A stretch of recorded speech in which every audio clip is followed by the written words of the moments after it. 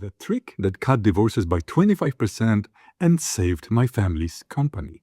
In 2018, Kentucky passed a shared custody law. Within 10 years, divorce dropped 25%. Women-initiated divorces dropped by half. No counseling programs, no awareness campaigns, just one change to the financial incentives. And the same principle saved my family's company. Before 2016, Kentucky divorce law heavily favored one outcome. The party could gain significantly in assets and ongoing payments simply by initiating divorce, well, women specifically. The incentive structure made living more financially attractive than staying.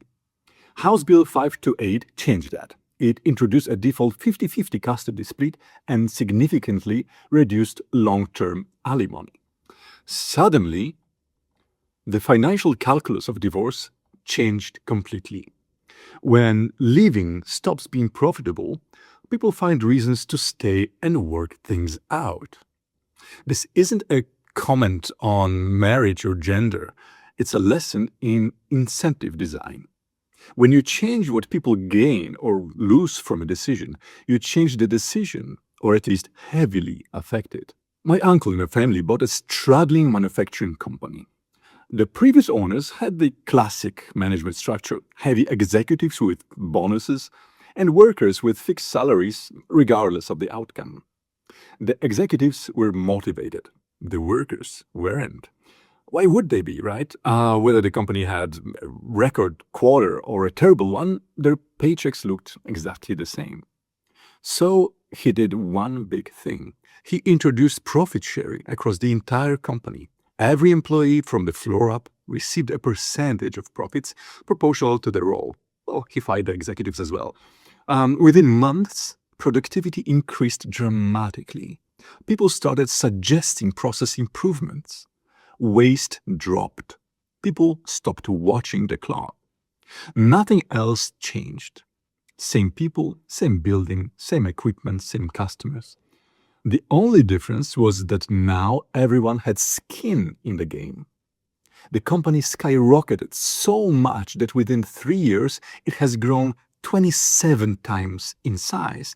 That's exponential level of expansion.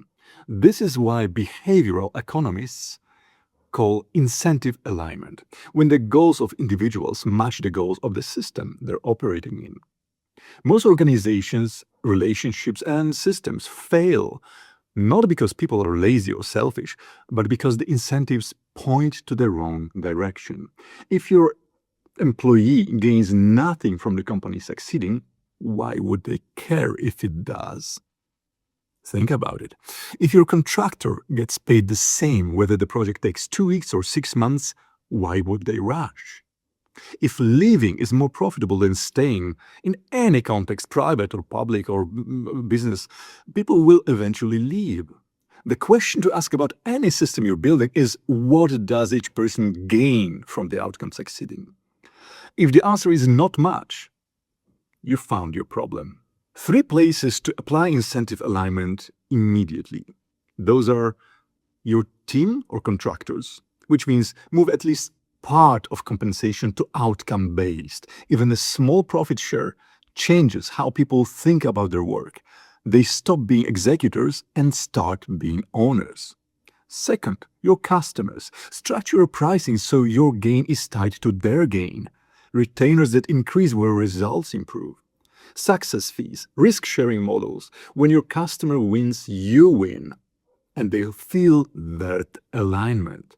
And third, your own habits.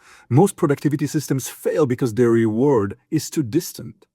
If the benefit of exercising today arrives in 6 months, your brain doesn't care. Find systems and find ways to make the reward immediate. Track streaks, celebrate small wins, create visible progress, track it, make today's action feel like today's gain and success. There's one more question about it. Can you apply this to AI? Well, partially. AI doesn't have skin in the game by default. It produces output regardless of whether that output succeeds or fails in the real world. But you can emulate incentive alignment in how you prompt and train it. When you give AI a specific narrow role, for example, you are a conversion copywriter whose success is measured by click-through rate, you're essentially giving it a stake in the outcome. Sort of. The more specific the success criteria you embed in your prompt, the more aligned the output becomes.